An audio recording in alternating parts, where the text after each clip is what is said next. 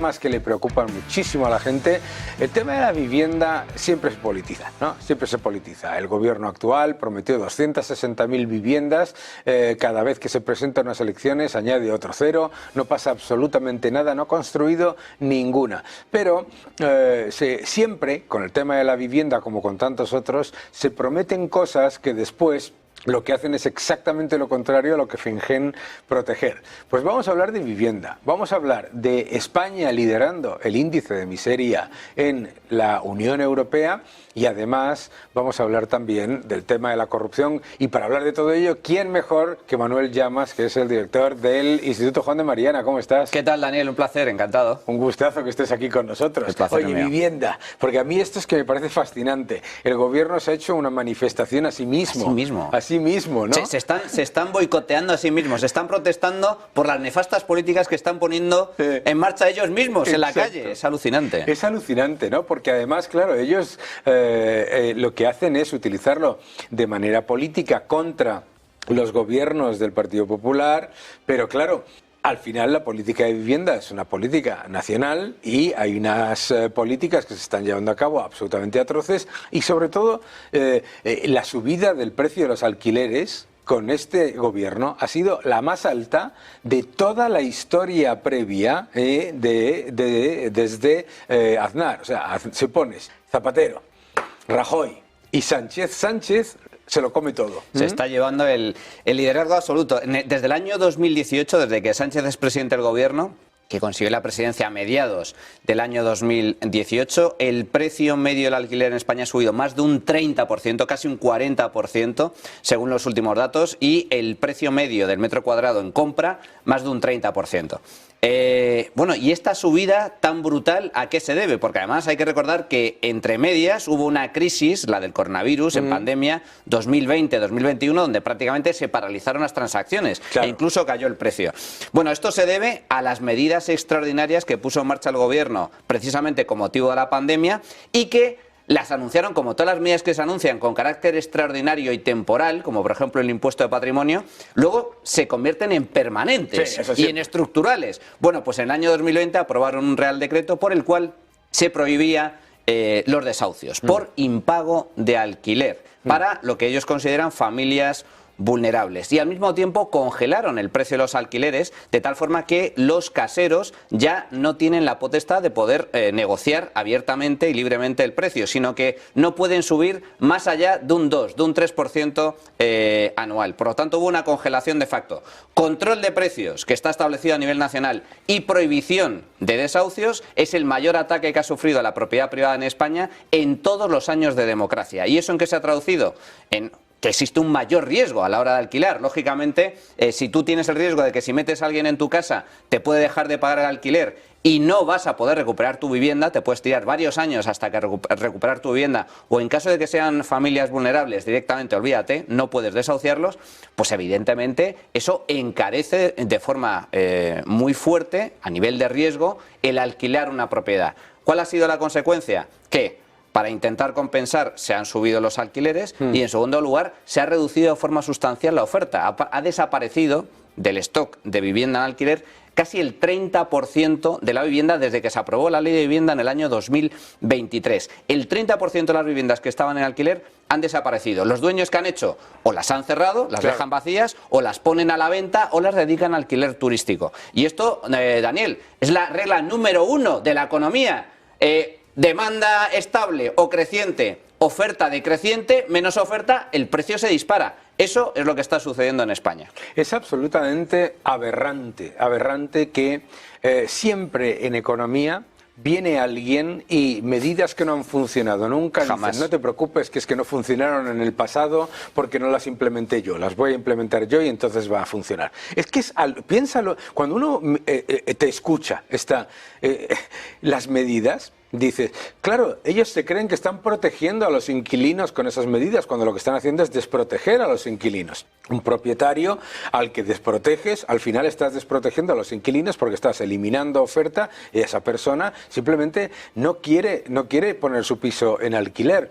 Y ha aparecido ya un concepto que es alucinante, que es el de los inquiocupas, ¿no?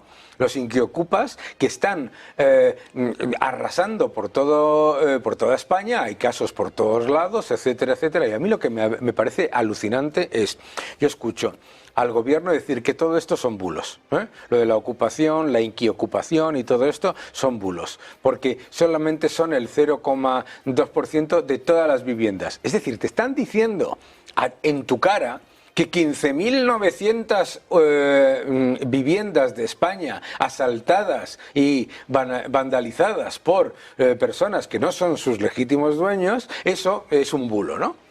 Más de 15.000 al año, y esos son los datos oficiales que recoge el Ministerio del Interior. Hay otras muchas ocupaciones que no se resuelven por la vía de los juzgados, que directamente se llama pues a un grupo de personas para echar violentamente y de forma al margen de la ley a los ocupas, o directamente no se denuncia. Por lo tanto, son muchos más. Y luego está el problema de la inquiocupación, que eso ya sí que es un auténtico drama, está muy extendido a nivel nacional, que son inquilinos que llegan a tu casa, te pagan los 2 primeros meses o los primeros meses y luego te dejan de pagar. ¿Por qué? Porque se dan cuenta de que si dejan de pagar se pueden quedar en el piso 2-3 años de gratis total. Y si tienen hijos o tienen rentas bajas y por lo tanto son calificados como familias vulnerables, directamente no les puedes echar del piso. Esa es la tragedia que sucede en este país. Entonces, ¿a quién perjudica esto? Perjudica precisamente a las personas más vulnerables, gente con rentas bajas, familias con hijos menores, jóvenes que tienen empleos más precarios, más temporales. Esos cada vez tienen más difícil acceder al mercado del alquiler. ¿Por qué? Porque los pocos propietarios que tienen se arriesgan a poner su vivienda en alquiler, tienen una fila de gente que da la vuelta a la manzana dispuesto a alquilar su piso. Y lo que se está produciendo en España son auténticos casting. Es casi más difícil alquilar una vivienda, especialmente en las grandes capitales, que sacarse una posición. Totalmente. Porque tienes que competir contra cientos de personas interesadas en alquilar ese mismo piso. ¿Qué es lo que va a hacer el propietario? Con toda la lógica del mundo. Yo no me la voy a jugar. ¿A quién quiero? Lo primero de todo, funcionario. Claro. Porque se me va a pagar. Claro. Tiene el sueldo garantizado, tiene trabajo de por vida, etcétera. Segunda categoría, rentas altas. Cuanto más dinero ganes, trabajo indefinido, parejas sin hijos, para evitar que haya el riesgo de vulnerabilidad. Fuera jóvenes, fuera parados. Por lo tanto, al final, lo que se está perjudicando especialmente es aquellas familias, las más vulnerables, que no tienen acceso a una vivienda, o los pocos que tienen acceso tienen que pagar un precio que realmente no se pueden permitir, porque de media las rentas más bajas en España ya dedican casi el 50% de sus ingresos a cubrir el alquiler. Lo mejor que podría hacer el gobierno para garantizar el acceso a una vivienda en alquiler a las familias más vulnerables y a precios más bajos es directamente permitir los desahucios por impago de forma automática, rápida, ágil y desde luego libertad de precios. Y luego fomentar la oferta. Si tenemos un problema de oferta en el mercado del alquiler, lo que hay que hacer es, la única forma de solventarlo es incrementar la oferta. Para ello se necesita proteger a los propietarios, fundamental, la seguridad jurídica, y en segundo lugar, construir más vivienda nueva. En España se desplomó la construcción de vivienda nueva tras la crisis inmobiliaria y no se ha recuperado, sigue en mínimos históricos. Eso es completamente cierto. Voy a hacer de abogado del diablo, ¿vale? Y te voy a decir lo que dice esta gente que siempre sabe, siempre sabe más. Número uno, no es cierto. En España no hay un problema de viviendas, lo que hay es un problema de acceso a la vivienda. Por lo tanto, esos propietarios que tienen sus viviendas y que se niegan a alquilarlas, hay que obligarles a alquilarlas o expropiarlas. Bueno, eso supondría un ataque todavía mayor a la propiedad privada y como consecuencia, la gente no es tonta, a la gente no le gusta que le roben ni que la amenacen y como consecuencia de ello, si amenazas con expropiar viviendas vacías o con extorsionar, que a mí es una extorsión de manual, extorsión, amenazar a los propietarios para que pongan su vivienda en alquiler o si no, te quito la vivienda, ¿qué va a suceder? Va a desaparecer la inversión. Desaparece la inversión en construcción de viviendas o en poner viviendas, reformarlas y ponerlas en alquiler. Por lo tanto, si no inviertes en un mercado que tiene un problema de oferta, la oferta va a ir decreciendo todavía más, se va a reducir todavía más. Por lo tanto, va a ser todavía muchísimo más difícil acceder a una vivienda. La oferta, en lugar de caer un 30%, va a desaparecer el mercado del alquiler un 50, un 60, un 70%. Va a desaparecer el mercado del alquiler. Claro. La gente no se acuerda, pero en España durante muchas décadas, precisamente una medida que aprobó la dictadura franquista, las rentas antiguas, Sí. en España no se podía alquilar. No había viviendas en alquiler. ¿Por qué? Porque la dictadura, que por cierto, esto lo defiende Podemos. Claro. Podemos es el partido, la extrema izquierda, es el partido más similar a las políticas laborales, económicas de Franco en este sentido, que de todo el arco parlamentario. Vamos, en todo, en controles de precios, ¿te acuerdas? Regulación laboral. Controles de precios. Yo me acuerdo, que decía, el generalísimo ordena al ministro Girón que bajen los precios. Había cartillas de racionamiento. Y la inflación era del 30. Descomunal. No sé cuántos, Descomunal. ¿no? Controles de precios, el control de alquileres, el control del mercado laboral, etcétera, etcétera. Vale, pero continuamos con el abogado del diablo. Ven, en España hay 1 millón de casas vacías y eso es el problema, no que haya que construir más. No es cierto que haya 1 millón de casas vacías. Hay muchas de esas casas que, según las estadísticas oficiales, están vacías, no tienen una utilidad en cuanto a residencia habitual o en cuanto a que está a disposición del alquiler, pero son absolutamente inhabitables. Eso es. Es que esto no es lo mismo casas vacías donde el dueño tiene la casa cerrada sin usar, ni él, ni para alquilar en el centro de Madrid o en el centro de Barcelona, que esas más bien hay poquitas, que tener en un pueblo perdido en la montaña de Ávila. Claro, bueno, pues al lado de las vacas. Exacto. Entonces, esas casas que están vacías, por mucho que tú quieras ponerlas en alquiler, ¿cuál es el problema? Que nadie quiere vivir allí. Claro. Esa es la... Que, por cierto, esos son los problemas que también ha tenido la famosa Sareb, la entidad pública que asumió buena parte de la cartera inmobiliaria de las cajas y de los bancos durante la crisis financiera, la anterior crisis financiera con dinero público, que no sacan o no logran sacar parte de su parque de vivienda al mercado, es decir, ni se vende ni se alquila, porque muchas de esas promociones están en auténticos páramos. Claro. Y nadie quiere ir a vivir allí. Claro. O son casas que no están terminadas de construir. Por lo tanto, hay mucho mito en torno a lo de las casas vacías. Si contabilizamos las casas vacías únicamente en las grandes capitales donde hay una fuerte demanda, son muy reducidas. Pero aún así, si tú quieres que esas casas salgan al mercado, la mejor forma de que salgan al mercado es proteger la propiedad privada. Claro. Porque nadie, sobre todo si tiene algún tipo de necesidad económica, quiere tener un activo parado. Claro. Seguro que muchos propietarios querrían poner esas casas en alquiler. Pero ¿qué es lo que piensa un propietario con toda lógica del mundo? Yo no me arriesgo. Yo no quiero que me entre un inquiocupa y luego tenga que esperar 5 años, gastarme dinero para echar a esa persona que me ha dejado de pagar el alquiler y encima que me destroce el piso. Prefiero tener el piso cerrado y eso es lo que pasa. Claro. De hecho, yo me acuerdo en una conversación con un concejal de Sumar en un pueblo de Andalucía que me decía, en este pueblo, no en Madrid, en este pueblo hay 70 casas vacías. ¿Qué me dice usted a eso? Le digo, mire, y le enseñé un edificio que estaba sin construir, estaba con los... Digo, ahí tiene unas 40. A vivir. Eso es, claro. Eso son casas vacías. Claro, es que eso es lo que la gente, cuando la gente dice hay 1 millón de casas vacías, se olvida de que de ese millón prácticamente el 90% son... eso que pasas por la carretera y ves de repente una casa, ¿no? Que es donde se hacen las películas de terror, esas cosas, ¿sabes?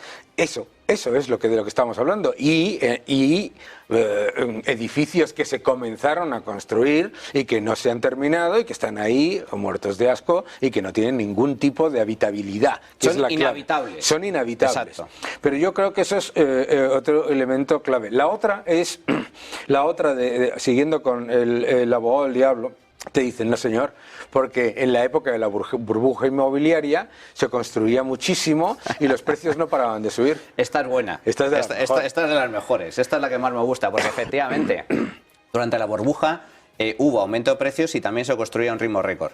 Pero es que había burbuja crediticia. Claro. Es decir, es que cualquiera que pasaba por delante de una caja de ahorros, prácticamente, claro, el trabajador de esa caja, sobre todo cajas de ahorros además, el trabajador de esa caja te cogía, te llevaba a la oficina, casi te secuestraba y te decía, coge una hipoteca, ¿no?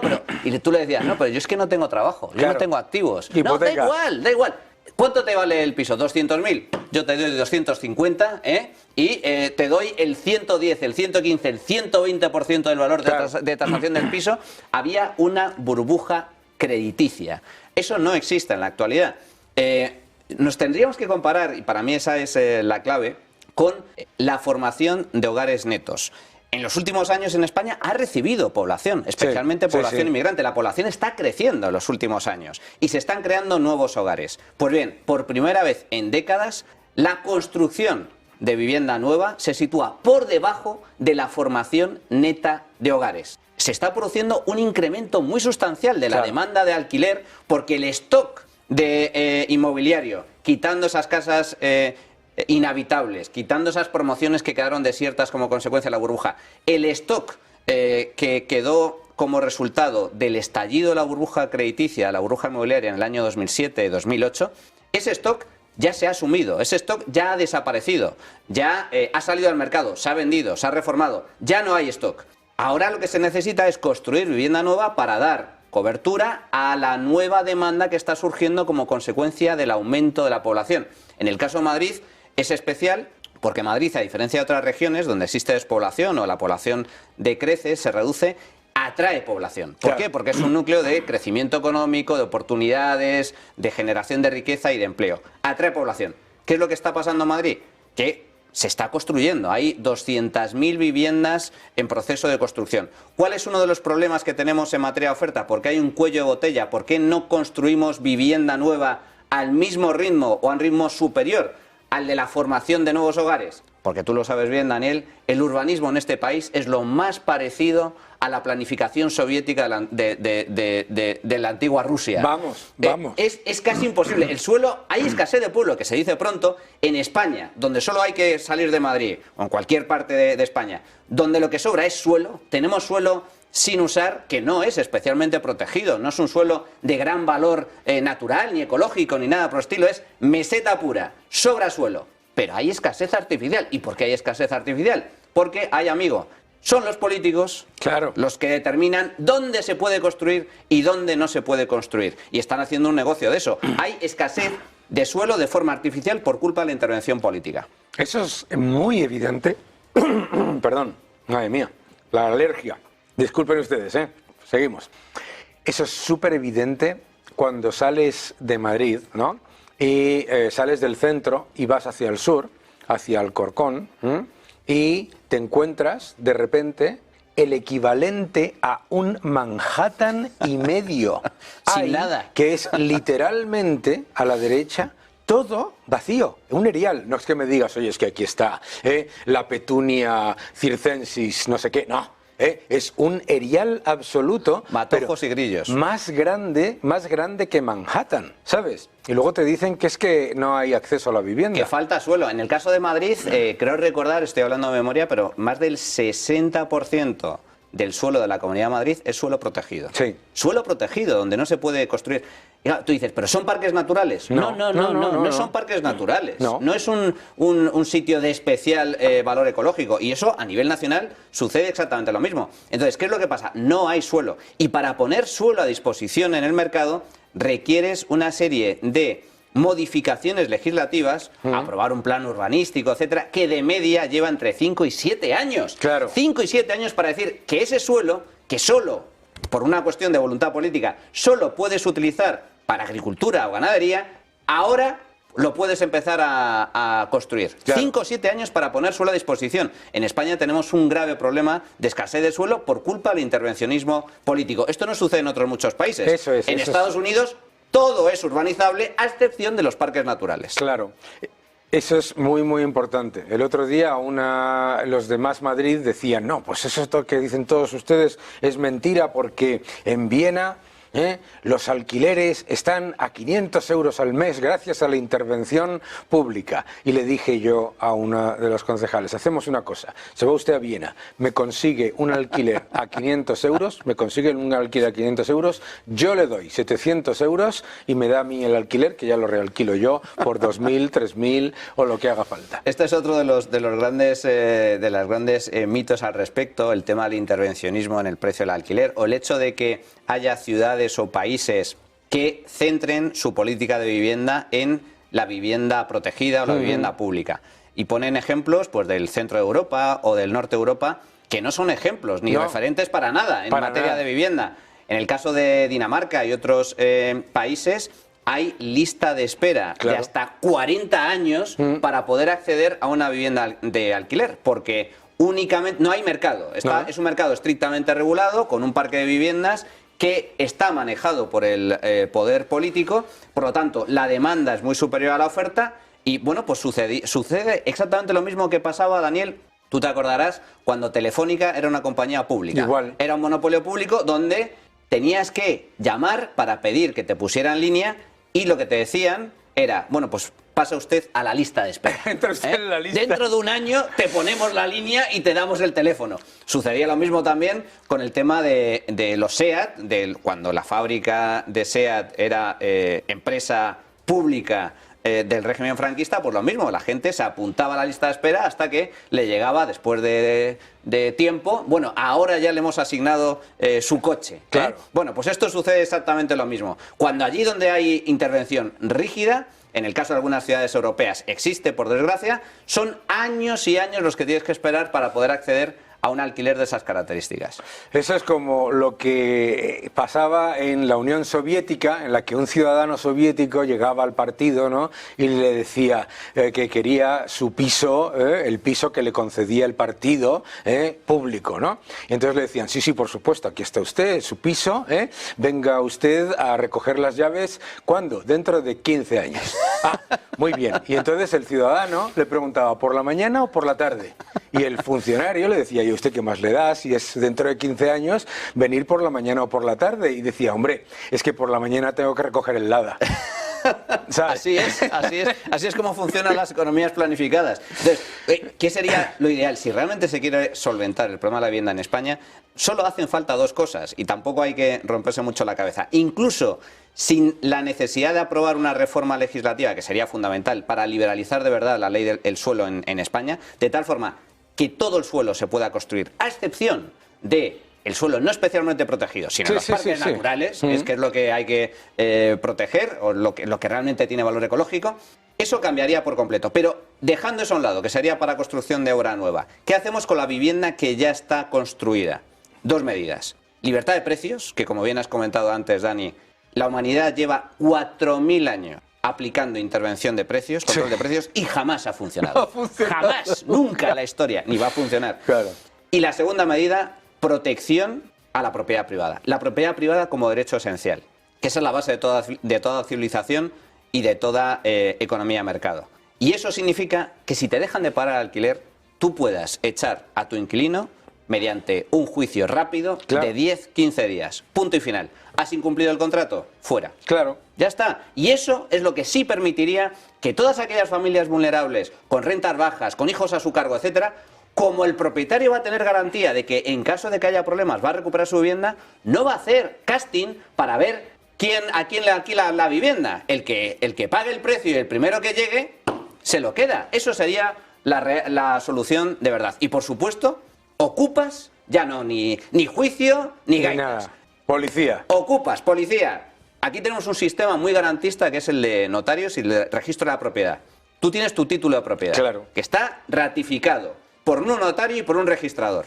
Vas a la policía, señor, me han ocupado la casa, yo soy el propietario. Fuera. Fuera. Claro. Y para eso pagamos impuestos. ¿Por qué tenemos que gastarnos nuestro dinero en la contratación? Que por cierto, el mercado es maravilloso, en la contratación de servicios privados de desocupación legal, cuando ya estamos pagando impuestos para que, en teoría, el Estado nos proteja. Es alucinante. Policía y Guardia Civil. Absolutamente. Bueno, pues la verdad es que podíamos estar hablando de este tema durante horas, pero es que se nos ha ido el tiempo. Qué maravilla. Con Manuel siempre es un gustazo, porque además de dar titulares tras titulares tras titulares y de explicarlo todo maravillosamente, además pues se nos ha ido el tiempo. Manuel, otro día te tienes que venir a hablar del resto, hablar de seguridad jurídica, hablar de corrupción y hablar de vuestro informe sobre la miseria. Mil gracias por venir. Un auténtico placer, Daniel.